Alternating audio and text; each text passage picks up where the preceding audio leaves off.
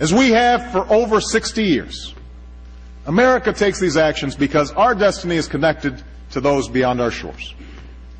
But we also do it because it is right.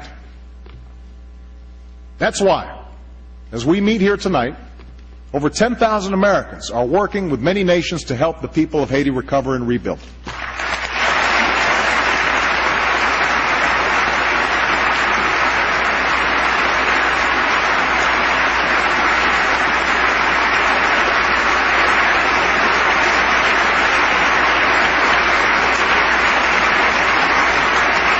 That's why we stand with the girl who yearns to go to school in Afghanistan. Why we support the human rights of the women marching through the streets of Iran. Why we advocate for the young man denied a job by corruption in Guinea. For America must always stand on the side of freedom and human dignity. Always.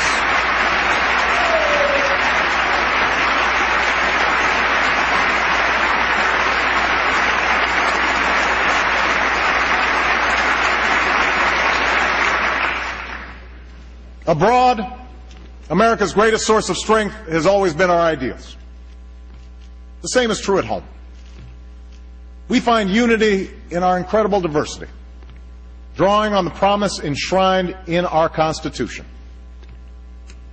The notion that we're all created equal, that no matter who you are or what you look like, if you abide by the law, you should be protected by it. If you adhere to our common values, you should be treated no different than anyone else. We must continually renew this promise. My administration has a civil rights division that is once again prosecuting civil rights violations and employment discrimination.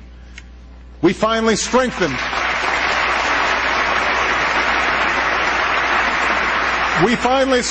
our laws to protect against crimes driven by hate.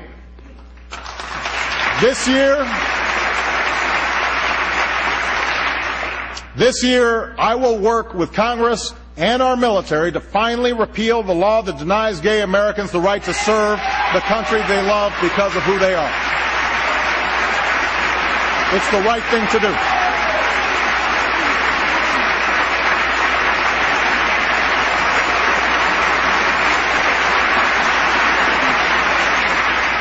We're going to crack down on violations of equal pay laws so that women get equal pay for an equal day's work.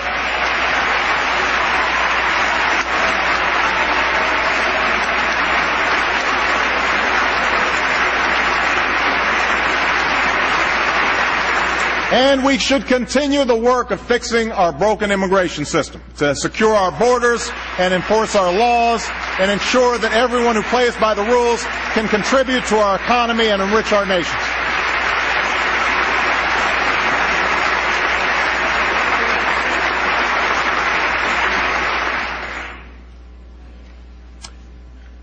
In the end, it's our ideals, our values that built America. Values that allowed us to forge a nation made up of immigrants from every corner of the globe.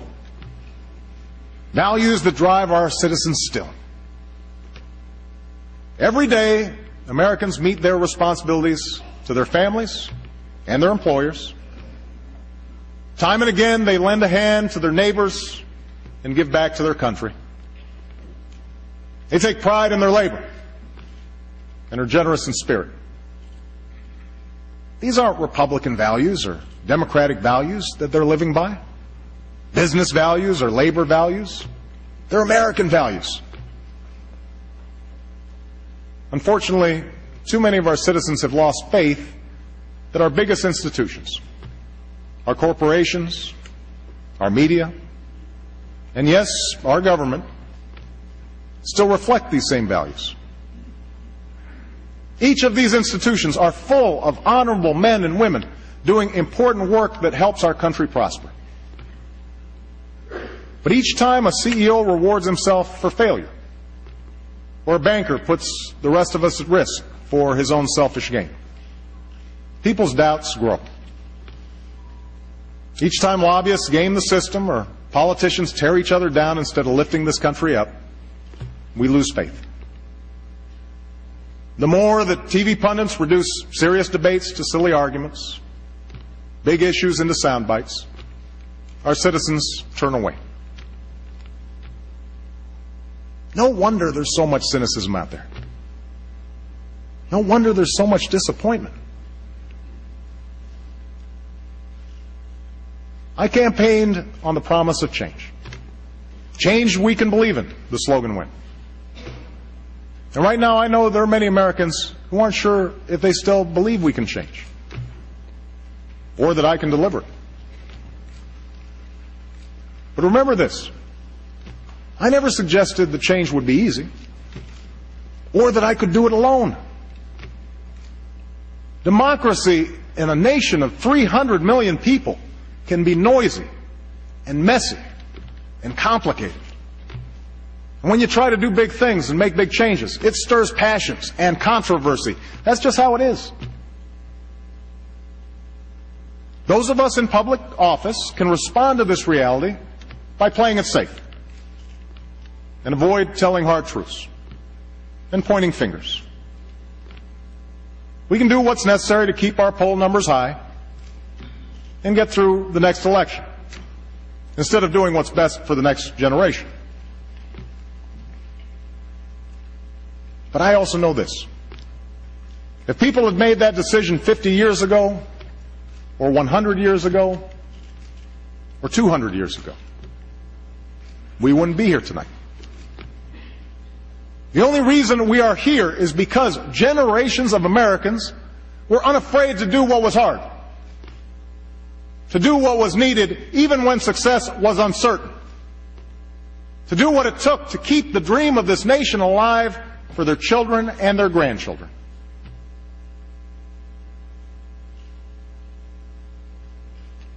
Our administration has had some political setbacks this year,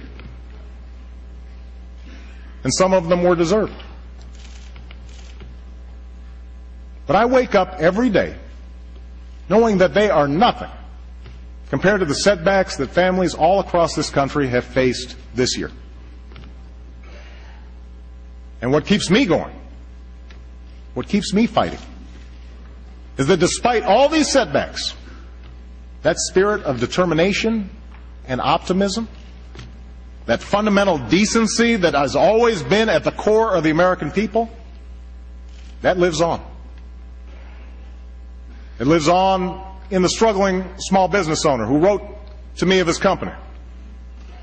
None of us, he said, are willing to consider even slightly that we might fail.